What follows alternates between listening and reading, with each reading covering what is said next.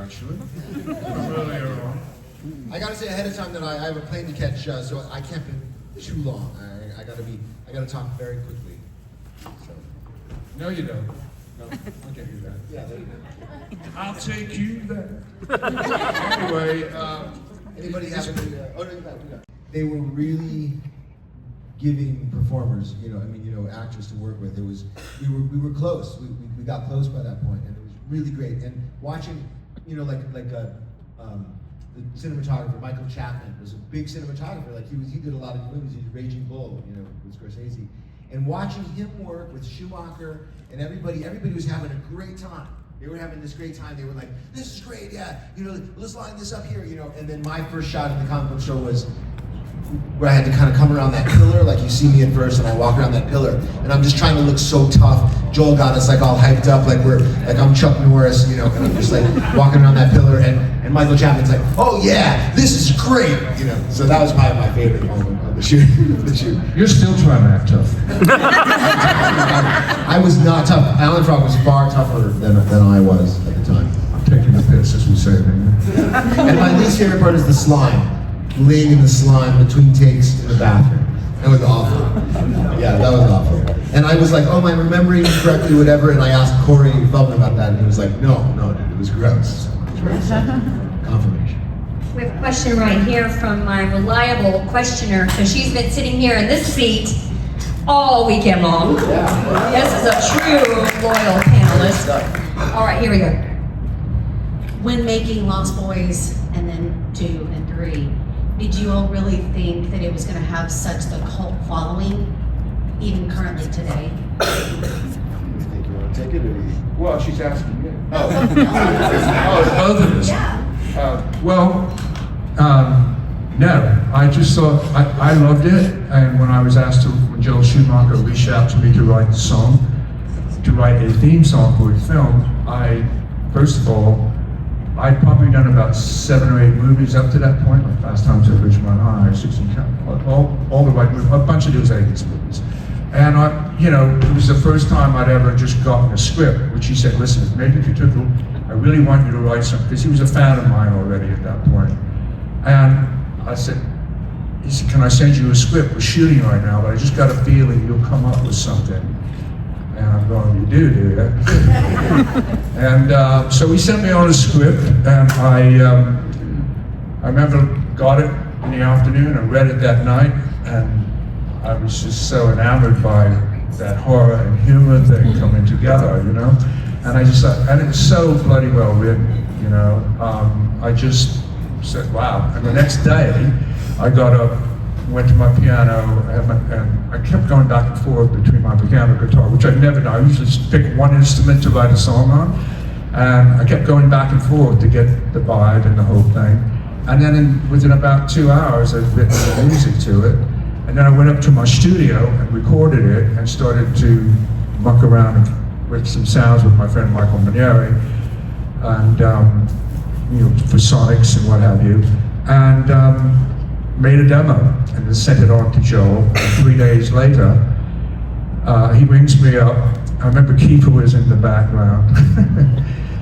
"Dude, this is unbelievable," and all this. I'm going like, and Joel says, "You nailed my theme song," and I'm going like, "Really?" And I said, "This is the first time I've ever written a song for a movie and just read a script, But when I went to LA to go, Joel said, "Meet me in LA in 6 months' time." I was in New York, and 6 weeks' time, I'm sorry. And I went there, and I looked at, he wanted me there to kind of place where the music factories were going with the song. And when I saw the film, I said, "There's nothing like what was in my head." You know how we all read a book and we get images of what the characters are and stuff? Well, I do that too, even though I am from another planet. But but it was so fascinating how the visuals were just phenomenal. And I remember one quick scene with one thing that I said in the beginning of the film, where they're going across the water. And my voice was in there, and I said, "Joel, let's just take my voice out." I remember my manager was sitting in the back, whispering into my ear, going, "Committing artist suicide. You want your voice everywhere." But it was just a creative decision. I thought that And Joel said, really? And I said, yeah, just give it a go. And then he had it, pull it out, and then we both said, yeah. I said, it just works. It's more compelling being right in the middle of the film where it really, pays off. You know what I mean? So is that like at the beginning when it's like, don't turn on? Yeah, is that right? exactly. It's the first time you really hear it. But it had great synergy, the film, between the actors and everything that Jamison just said with Michael Chapman, who's one of the most brilliant cinematographers. Actually, he's passed on, but I did a movie with him, which he directed, called All the Right Moves with Tom Cruise in it. That was the first time I met him, and my God, I just thought this guy is a true artist of cinema, And that was a whole other story. He's looking for something that sounded like Prince, and so I made my voice sound like Prince, and I wrote a song like Prince. But anyway, I clearly got the disc, and then I wasn't with you guys when you were filming, but it was They great. were even playing it on set. I don't know if I remember exactly, but everybody was nuts about the song. And I mean, that's the thing, is like the song, like you're saying about it all kind of, those things, the synergies of it. The song, it works so well with like what Kiefer was doing, what everybody was doing, and the makeup and everything. It's like, that's why I think it ended up being epic in that way. But how do we know? Because we're just one piece of it, each of us. Joel had this vision, and we kind of just had to trust him, right? I mean, that's kind of where we ended up with the song. It was like Joel saw it, he told you what he needed to tell you to.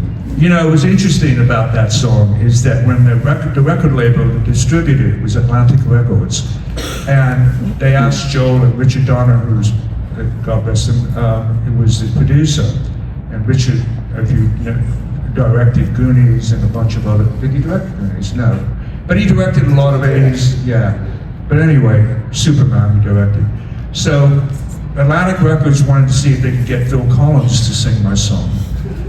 So I said, I really didn't care at that point. I'm going to make money anyway, But I didn't really have any kind of attachment, and then they both said no.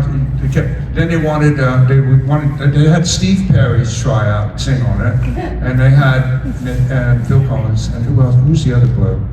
I can't remember right now. But it was they wanted to have artists that were on their label, which you can understand. Can you do it? They would like sing "Cry Little Sister" in their style. No. I can do them in their style, but I can't do that. Got a question for you. Some things you just don't do. Yeah, I respect that. I can do you in your style. Got a question over here. Yes, this question's for Jamison. Once again, both of y'all, thank y'all so much for coming out this weekend. It's been a blast seeing y'all. But at what point when you were filming The Lost Boys, did you know like you truly had something special with that group, and especially the camaraderie y'all had and the synergy that y'all had with that group? I think that for our stuff, like by the time it was like up in Santa Cruz is where we started. We did like about a month up in Santa Cruz, shooting all the exterior stuff. And so by the time we were into that, and up in Santa Cruz, most of our stuff was the comic book store stuff. Feldman and I would like sort of hang out at the hotel all day long, go to the pool, hang out, and then we'd film on the weekends. And by the time we did that first comic book store scene, we were all kind of realizing that there was something special about it.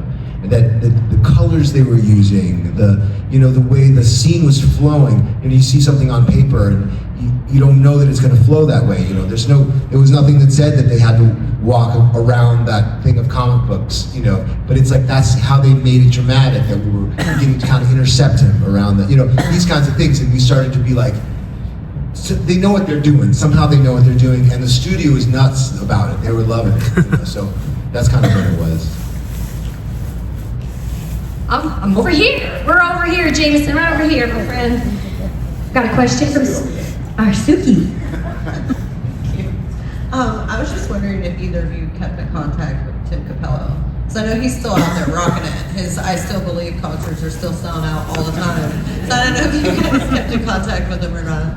Yeah, I do this lost locations where I've been going up to Santa Cruz and like checking out the old locations and things like that. It's on YouTube. I would check it out if It's Yes. brilliant. I appreciate it. G's on it. G's on one of, 2 episodes ago, and he's brilliant. We had a great interview. I put him on the spot, actually. You have to watch it. But so I did that with Tim. Also, I didn't put him on the spot per se, but I went down to see his concert and I interviewed him and stuff like that. And so I've seen him probably 5 or 6 times in with like con circuits and things like that. And Tim is the greatest guy. He's so cool. I don't know if you've met him. Have you met him? He's Yeah. great. I met him before the film. He's the only person I knew before the film. I was recording in New York, my Foreign Papers album, and he was at a studio. It was right before he got the Tina Turner gig that he did. And then I was surprised as anybody was that he got, that Joel waxed him up and put him in the But he's a great bloke. He really is. Guy. You guys know we say bloke in England, yeah? Got a question over here on this side. Question for Jamison. Jamison, a lot of actors tend to take souvenirs from the set. Did you keep anything from the set of Lost Boys? I did. I don't still have it, but I kept the whole outfit from the last whole sequence. Like military with those goggles, and that flashlight that was like on a corner, like that. And He lets me have a loan of them sometimes. yeah, he just likes to put it on. And just, Things get really hard up, I go out with that, not good. So I at some point, when I didn't quite realize how it all worked, I was just like, well, I don't know why I'm keeping this, and somehow I did keep it. We moved enough times that it was just like, I don't know where to. It's possible it's in my current garage, but it's a lot of stuff to go through. So. But that's it. We're now over here to your right. James, this question for you. I talked to you earlier, and we were talking about like an offshoot of the Lost Boys. I was asking about the thirst, and then with the lycanthropes. You said something about you were hoping to do something at some point with Corey Feldman again? Yeah. So share that? Yeah. At some point we were talking about. I mean, we are currently trying to do this, a Frog Brothers show. It's like, it doesn't have to be a direct sequel. It's our story, where we are now, and the same kind of style that we're in, a little bit of comedy, but a bit of horror, it would be cool, And I do think it's something that people would love, and I even think Hollywood would love it. Right now it's all a little bit sluggish, things aren't moving that quickly in Hollywood. Anyway, we're just trying to find a foothold, It doesn't matter if Hollywood likes it. You can make a good film, Yes. and you just sort of let things happen. Yeah. Anything that has brilliant people behind it, and people that know what they're doing, is always going to surface somehow or another. As did Lost Boys. It wasn't like a big movie when it came out, and but I was really pleased with what it, that it went on. And when VHS came out, that was a cash cow. I mean, I saw my royalties and I thought, wow, why other movies aren't doing this? But I'm serious, and I've had, songs in a lot of really brilliant videos. It was just one of those things that, from the VHS to the DVD, they kept turning over and turning over. And that's around the time we started going out. I mean, people, I remember the first con I did was in Cherry Hill, New Jersey. I think it was 2009. We all did it. And it was an eye-opener to meet fans, I mean, just hang out and just have a really good, here we are, and we're normal people too, sort of. And those early cons too, doing those with Corey, with Haim, and Brooke, both and Morrow, wonderful people. It just deserves to be mentioned that they were a lot of fun. They were when we did these. They were just great. Brooke was one brilliant talent, period. He came out on the road with me as a drummer. I mean, his drumming skills were unbelievable. And his acting skills, I mean, it's just sort of one of those, and he was just an amazing human being, as was Corey too, by the way. Any other questions? I think I should wrap up not too long, maybe another quick one, and then I gotta. It's 3:55. I'm gonna miss you, man. We got one right here real quick. Yeah. So, one last question. If James, anybody's got give us another one one. last question. Well, I'm gonna perform And in then a bit. I'm gonna be performing on me. Oh, one more. Sorry. Go ahead. I'm so sorry. Since you brought up Haim, Yeah. what was it like working with him? Okay, so him, both the Coreys were, by the time we were on camera together, we were good friends. They're just good. They were good guys. They were like just friends at that time. It was like, we're doing this thing. We're actors, but it's always fun when you can do it and have a great time with these guys. So there was that, and then getting on set. As brilliant as Corey Haim was, which he really was, I mean, those moments, you don't quite realize that, I mean, maybe you do, but it's like, when I look at it, it's like those things where he's like, you guys sniff an old newsprint or something, it's like, it didn't have to be that charming, it didn't have to be that good, and it's because he's really talented.